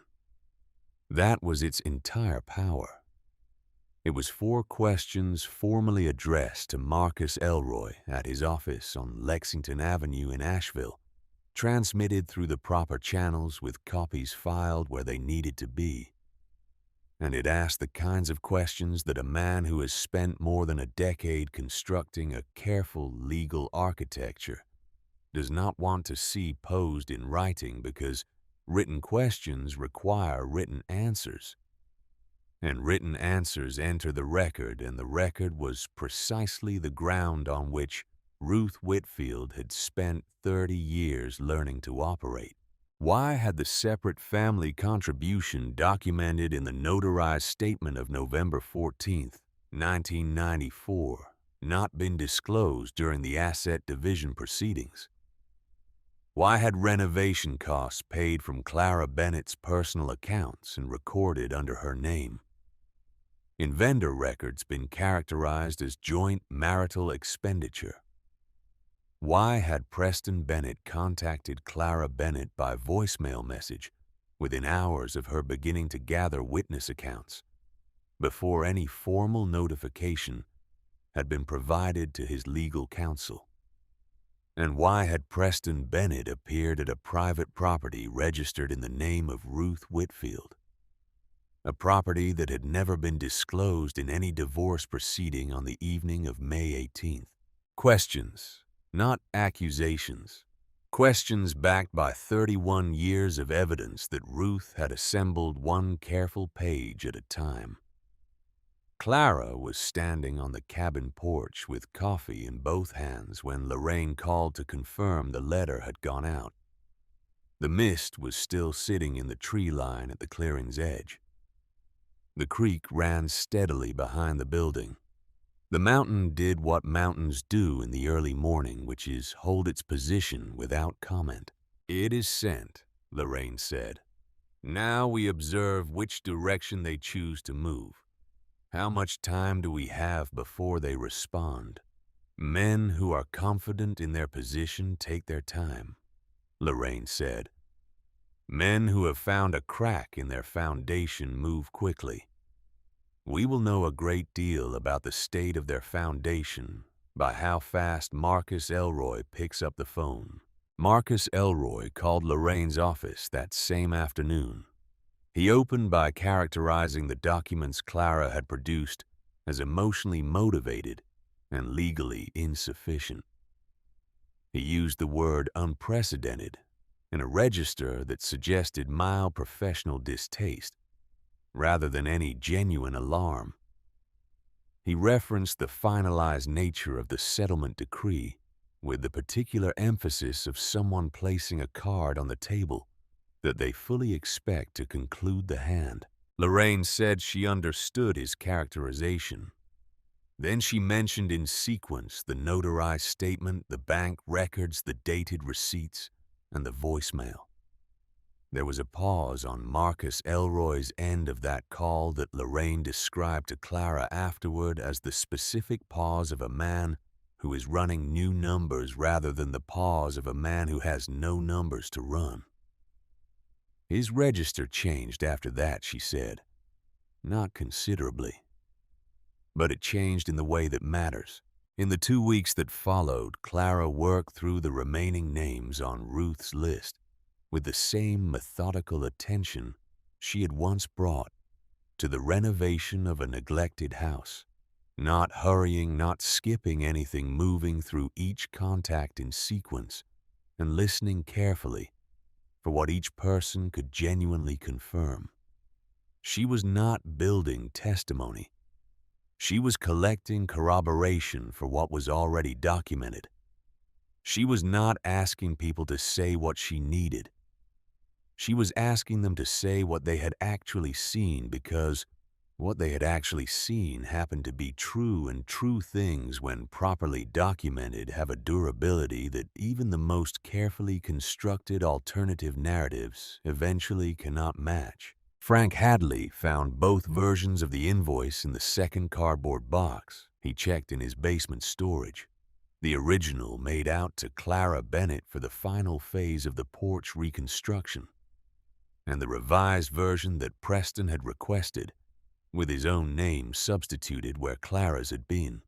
Frank had kept them clipped together in the same folder, because his organizational philosophy had always been that keeping everything was simpler than deciding what to discard. He mailed photocopies to Lorraine's office within the week. In the brief cover note he included, written on the back of a hardware store receipt, in the direct handwriting of a man who has built things with his hands his entire life and has no patience for unnecessary words. He said only, "I should have said something at the time. I did not. Here it is now. Here." Helen Carver found the photographs from the 2003 block party in a shoebox in her hall closet. 11 photographs from that afternoon taken on a film camera that she had subsequently developed and printed and kept, because she had always printed everything on principle. In 4 of the photographs, Clara was visible in the Maple Ridge Road garden, not posing, not performing, actually working a drill in one hand and garden edging material in the other, her complete attention on the task. In 3 of those 4 photographs, the timestamp was visible in the lower corner. The automatic date printing that film cameras of that era embedded directly into the image.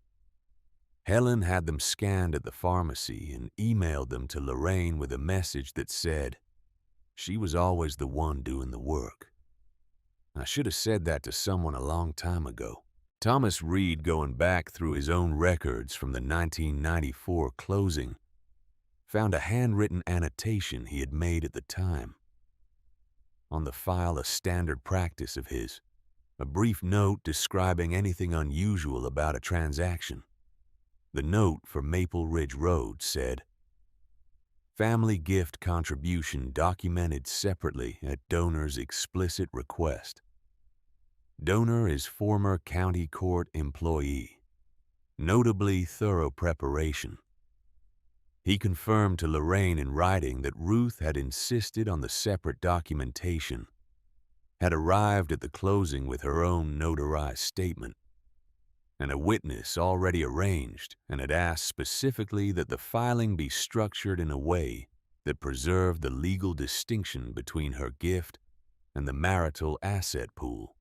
Ruth had known exactly what she needed and had asked for it precisely, and Thomas Reed had noted it at the time because in 30 years of handling real estate closings, he had not once encountered a family member who arrived with their own notarized statement already prepared and witnessed. The picture was no longer becoming clearer. It was clear. The remaining question was whether the documentation was sufficient to force a different conversation.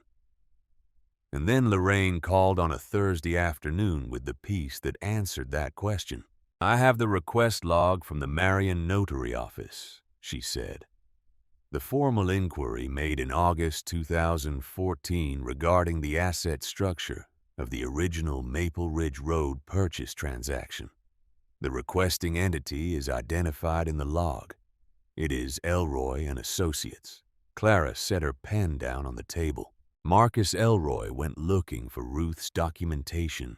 In 2014, Lorraine continued with the careful deliberateness of someone building an argument piece by piece.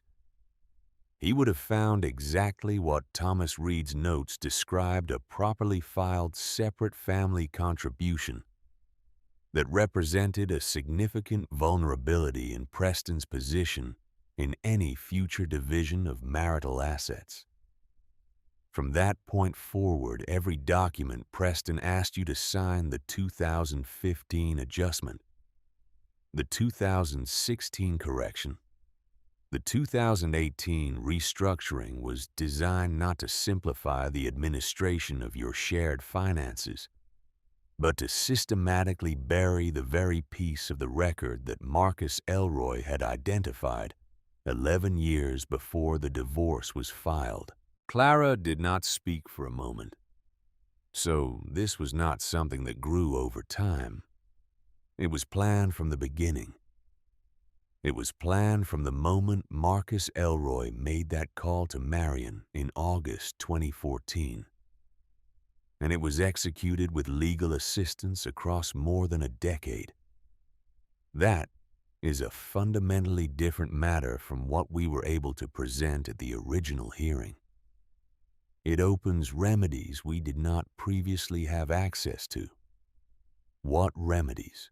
It means Lorraine said that I am going to request a settlement conference, and I am going to enter that conference with a notarized statement from 1994 bank records, dated purchase receipts in your name, 2 versions of the same contractor invoice, time-stamped photographic evidence, witness statements, a voicemail and documentary proof that opposing counsel personally investigated the vulnerability he subsequently spent 11 years helping to obscure. She paused for one measured beat. It means that Preston Bennett and Marcus Elroy are going to be asked questions that they have not prepared answers for, not in a courtroom where procedures constrain what can be raised, in a conference room where they can choose how to respond and where that choice itself becomes part of the record regardless of what they decide. The settlement conference took place in a building on Pack Square in Asheville that housed several law firms and a mediation service, and had the specific institutional quality of a place where difficult matters are resolved without ceremony or sentiment. The conference room had gray carpet and a glass wall that looked out onto a hallway and a long table that kept both parties at a distance that felt professional rather than personal. The table's surface was polished to the point where Clara could see the blurred shapes of her own hands reflected when she looked down. Preston arrived in a navy suit, the same one he had worn to the original hearing. She noticed immediately that he had the same controlled posture, the same economy of expression that he had spent 30 years refining across hundreds of negotiations. What was different? And it was different she could identify it within the first 60 seconds was the quality of his presence in the room. In every negotiation she had ever observed him conduct, Preston arrived ahead of himself. His confidence preceded him. Reorganized the space, gave him the room before he occupied it. That was not happening today. He walked in and the room remained what it had been before he entered. Marcus Elroy sat to his right, a man in his late 50s who had the groomed, slightly pressurized quality of someone who has spent his entire career in rooms like this one and has come to regard them as his natural environment. He was genuinely competent and experienced and knew the relevant law thoroughly, which made him more formidable than a lesser attorney, and also in the current situation more precisely aware of exactly where the ground had shifted under his client's position. He spoke first. He described the situation as regrettable. He used the word unexpected in relation to the documents that had come to light. He said that no reasonable person wanted to reopen painful history, that both parties had an obvious interest in reaching a resolution, and that his client remained committed to an outcome that was genuinely equitable. The language was crafted with considerable skill to sound entirely reasonable, while committing to nothing and conceding nothing. Lorraine let him complete his statement without interruption. Then she opened the blue folder and set it on the table between them. The room changed. Preston looked at the folder. He recognized it, not the specific object perhaps, but the kind of thing it represented in this kind of room at this stage of a proceeding. He had spent 30 years reading rooms and reading the weight that particular objects carry in particular contexts. He read this one accurately. Something shifted behind his eyes, not the overt expression of fear, but the controlled adjustment of a man who has just discovered that the map he has been using does not correspond to the actual terrain. The first offer came from Marcus Elroy, following a brief consultation with Preston, conducted in voices too low to hear. The figure was constructed with the assumption that Clara was negotiating from a position of isolation and emotional exhaustion, that the documents were real but incomplete, that the fatigue of the process could be converted into an agreement on unfavorable terms before the full implications of the evidence became clear to her. Lorraine declined it without extended negotiation. The second offer was meaningfully higher. Lorraine reviewed it, made 2 precise notes on her legal pad, and declined again. She then placed 3 documents on the table in sequence, the notarized statement. From November 1994. The 2 versions of Frank Hadley's invoice with the names compared side by side, and the request log from the Marion office documenting Elroy and Associates' inquiry in August 2014. She did not elaborate on them. She placed them in a row and allowed them to be what they were. Marcus Elroy looked at the third document. Clara watched him look at it carefully. She had spent some time wondering what it would look like to watch a very composed and experienced man encounter the specific thing he had spent 11 years working to prevent from becoming relevant. And the answer was that it was not dramatic in the way she had imagined. He did not change color. He did not lose his composure. He simply looked at the document with the focused attention of someone who is reassessing a situation from its structural foundations. And then he turned to Preston, and they held a conversation that Clara could not hear. The third offer was substantially different from either of the first two. Lorraine reviewed it without expression. She made several notes. Then she looked at Clara and gave the small level nod that Clara had come to recognize over the preceding weeks, as meaning this is within the range of what we came here to establish. Clara looked across the table at Preston. He was looking at the document spread on the table's surface, not at her. The suit was precisely right.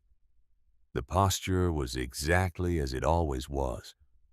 Everything about his exterior presentation was maintained with the discipline of a man who has built his professional self into an instrument and knows how to play it under pressure. And yet something had been removed from the room that used to arrive with him as a matter of course, and its absence was more communicative than anything she might have said.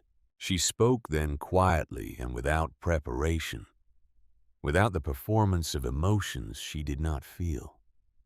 I am not here to get the house back. Preston looked up. She held his gaze and kept her voice level and clear. I love that house. I built most of what made it worth what it is, and you know that as well as I do. And now the record is going to reflect it. He did not answer. You spent years allowing me to disappear from my own work. I'm not asking you to become honest because it would be a noble thing to do. I am asking because the documentation no longer supports a version of events that excludes my contribution. The paper you spent 11 years arranging is no longer telling the story you arranged it to tell. Across the table, Marcus Elroy's expression held. Preston's jaw tightened by a degree that most people in the room would not have noticed. Clara noticed because she had spent 31 years learning to read the movements that happened just beneath the surface of that face. He did not speak.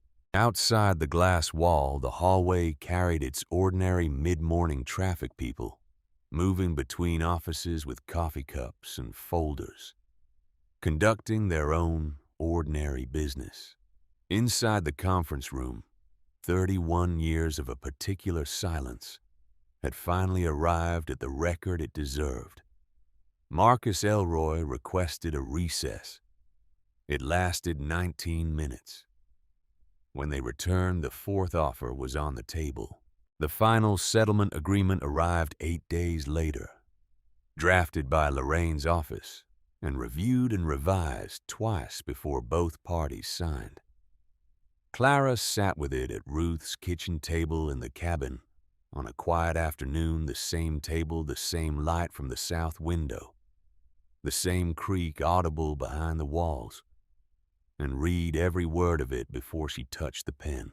It did not give her back the years. That was never something any document could accomplish.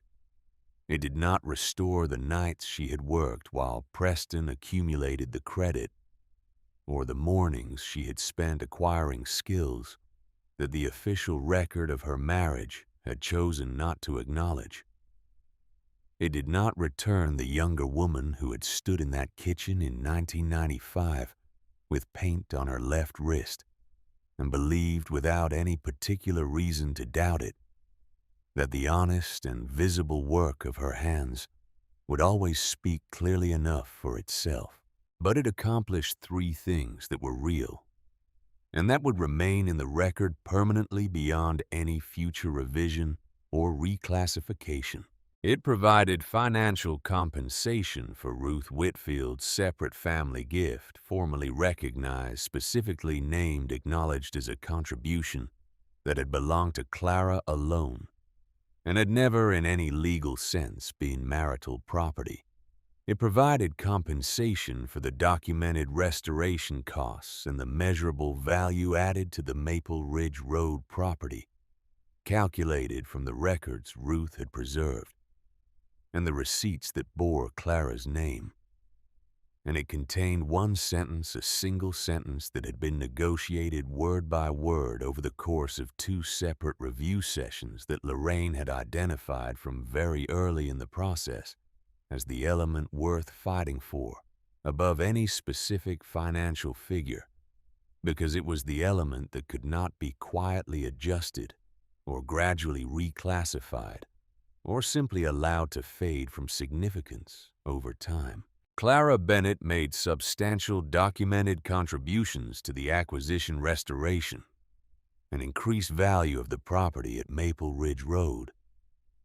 Her name, her work, in the legal record, permanently and without qualification.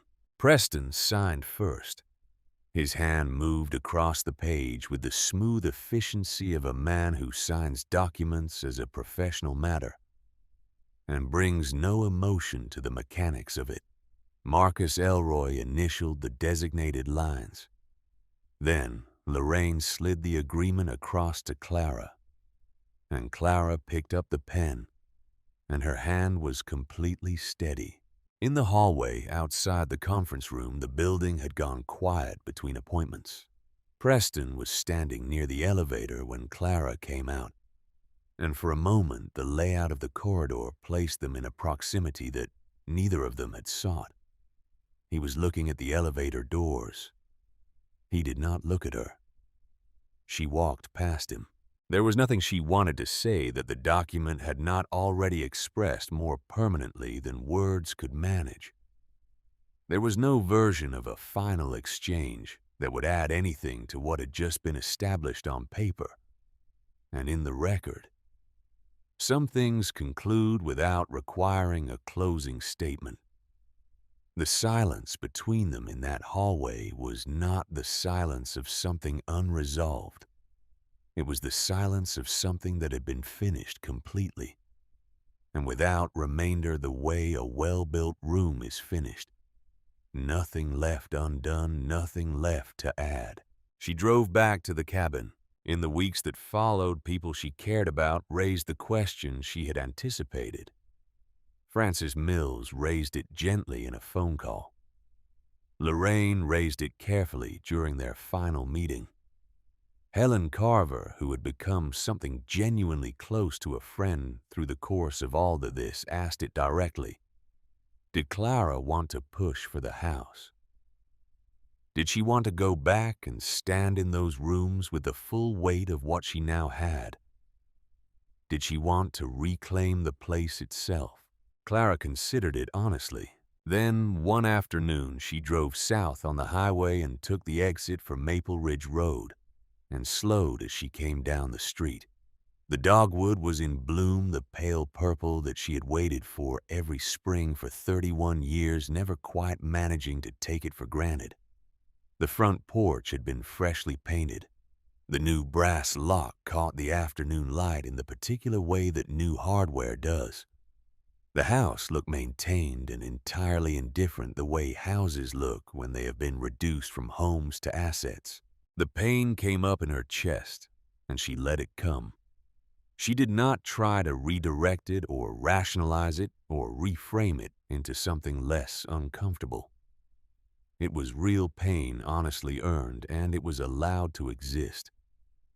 After a moment, it settled. Not gone, not resolved, but no longer in the position of authority it had occupied since the courthouse. Maple Ridge Road had been hers. Then it had become the place where she had learned the particular and corrosive discipline of disappearing from her own work. She had not spent the last several weeks fighting for the record so that she could return to a place that had taught her that particular skill. She had fought for it because her name deserved to exist in the story of her own life, and because Ruth had built the means for that to happen, and she was not willing to let it go unused. She drove past the house without stopping, north on the highway, up into the mountains, down the gravel track past the old white church. The cabin needed real work, and she began it in the order that made structural sense, because that was always how she had approached any building. The roof, first she hired 2 men from Spruce Pine who came recommended by people who had worked with them and knew what they were getting. They reset the flashing along the ridge, replaced 7 damaged sections of the tin roof, and sealed every seam before the next rain came. The porch followed the loose railing on the left side, rebuilt properly from the base. 3 deteriorated boards replaced the entire surface, treated against future weathering. The kitchen window that had been stuck halfway was a matter of the frame having swelled and settled unevenly over years of mountain moisture. She removed it entirely, planed the frame back to true, reinstalled the window, and it opened and closed without resistance.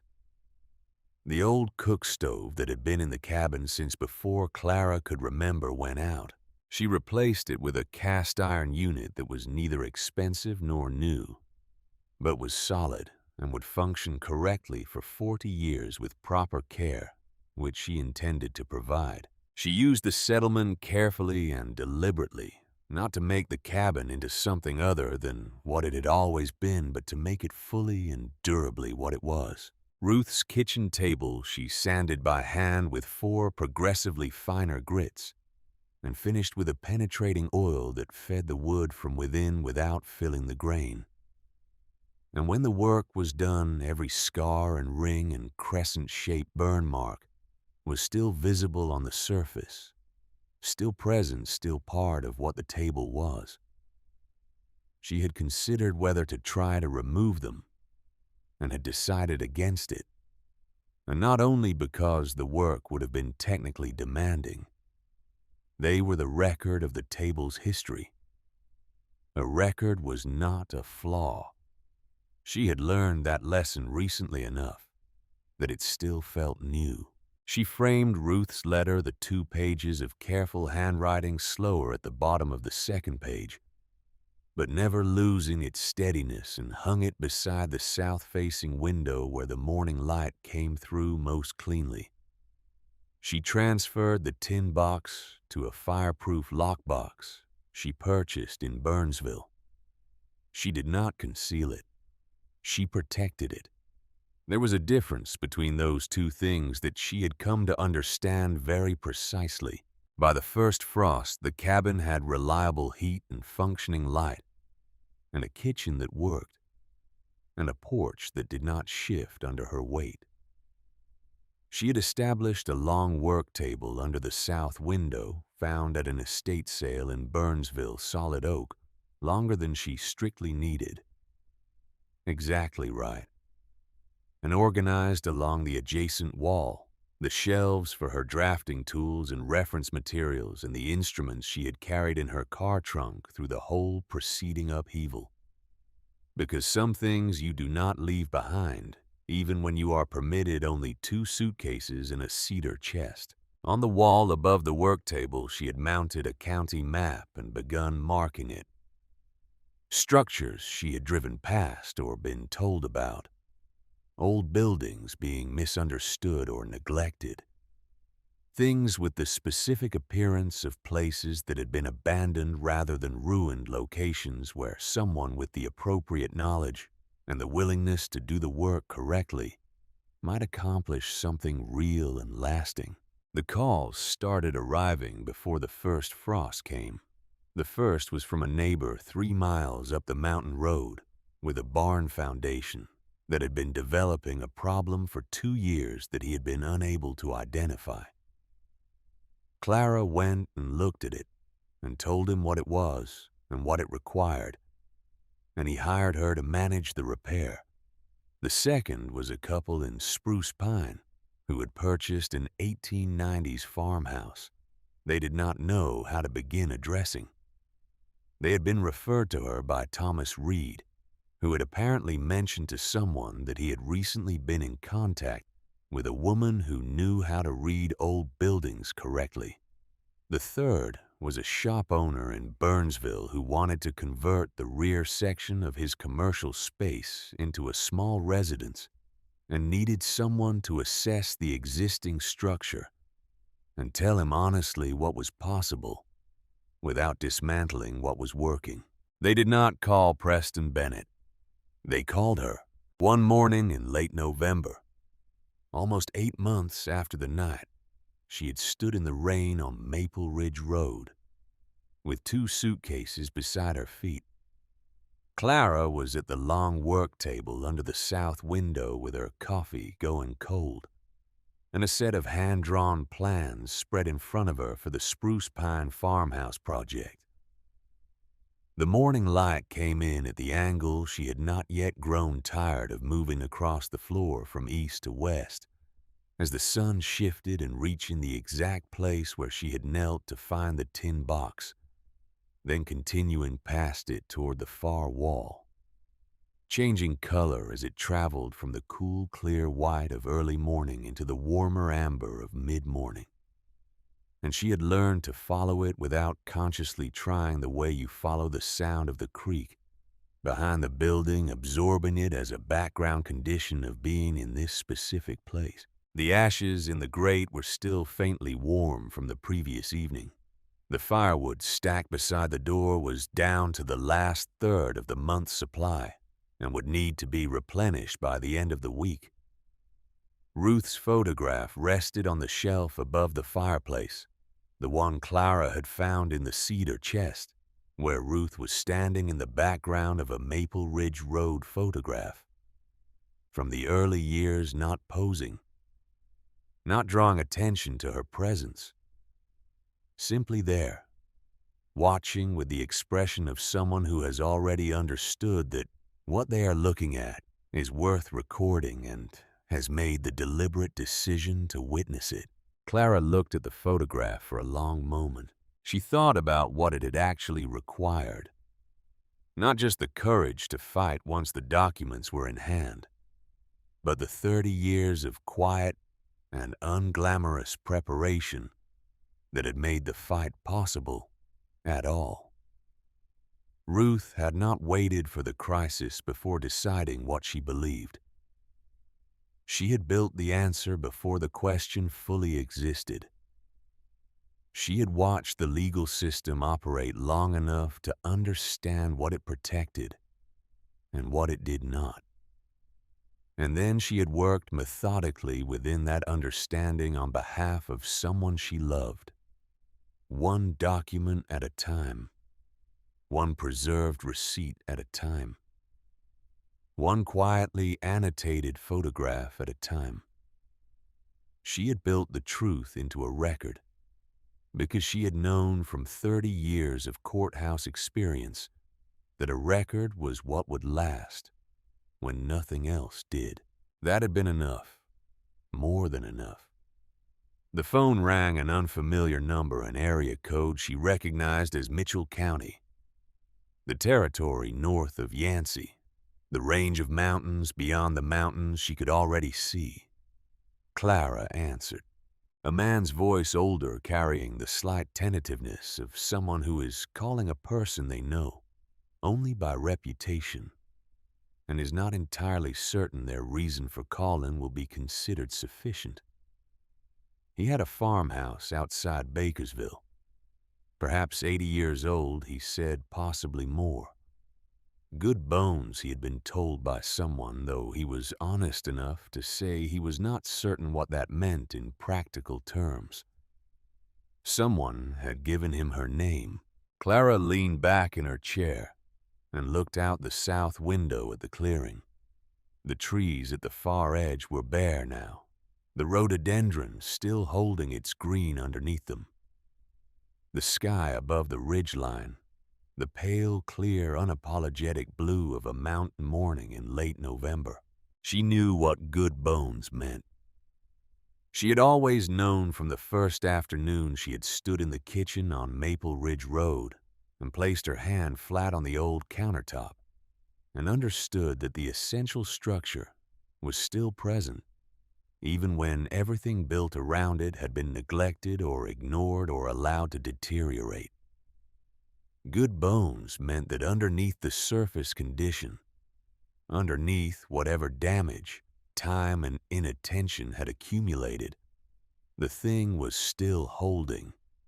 It meant that with the right knowledge in the right hands and the genuine willingness to do the work properly and completely, it could be brought back to what it had always been capable of being.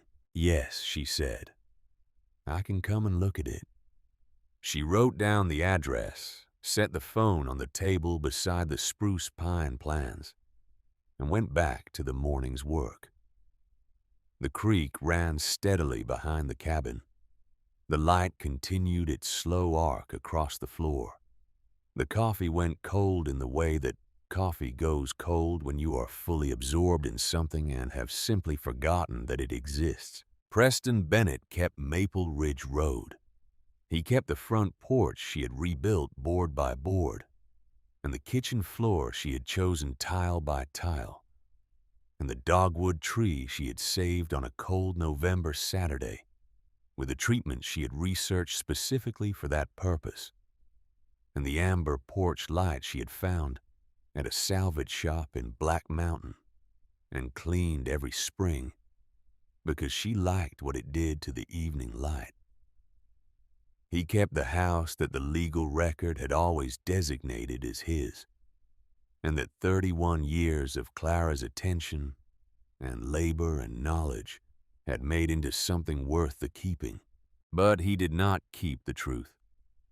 He did not keep her name out of the document that mattered most. He did not get to compose the last sentence of her story, or determine the value of her work, or decide what the permanent record would say about who had actually built the thing he was living in. Ruth Whitfield had ensured that, not through sentiment and not through hope, but through 30 years of watching the legal system protect whatever the paperwork said, and then building the paperwork that said the right thing on the right date, in the right form, and keeping it safe in the one place that Preston Bennett had never thought to look. One receipt at a time, one carefully annotated photograph at a time, one notarized page at a time prepared 30 years before it would be needed, and waiting in the dark under a floorboard in a cabin in the mountains. Patient as the mountains themselves, ready for the morning when her granddaughter's hands found the right board and lifted it. Clara did not go back to the house that had taught her to disappear. She built her life in the place that had remembered her first, in a cabin with a scarred table and a south-facing window, and a floor with one board that lifted easily when you knew exactly where to find it, in the mountains of North Carolina, where the ridgelines held their shape through every season, and the creeks moved over stone without any interest in what the legal record said, and where the work that a person's hands could do remained when everything else had been contested and decided and signed and filed the most permanent thing there was.